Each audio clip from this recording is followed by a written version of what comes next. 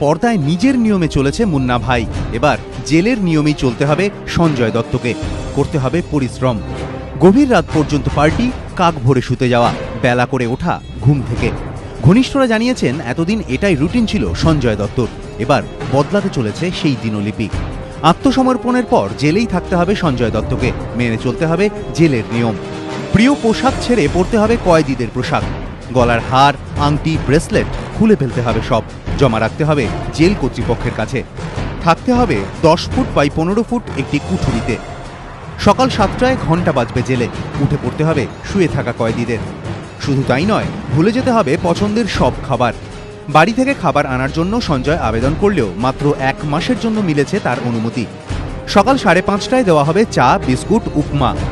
তারপর বেলা 12টায় দুপুরের খাওয়া দেওয়া হবে ভাত, ডাল, তরকারি, রুটি। বিকেল 5:30টায় রাতের নিরামিষ খাবার। বছরে 3 থেকে 4 বার মিলবে আমিষ খাবার। রাত 9টা বাজলেই শুয়ে পড়তে হবে কয়েদিদের। সশ্রম কারাদণ্ড, তাই জেলে কাজও করতে হবে সঞ্জয় দত্তকে। জেল সূত্রের খবর, জেলের রান্নাঘরে কাজ করবেন সঞ্জয় দত্ত। মজুরি মিলবে 30 থেকে 40 টাকা। জেল থেকে ছাড়া পাওয়ার সময় সেই টাকা হাতে পাবেন মুন্না ভাই।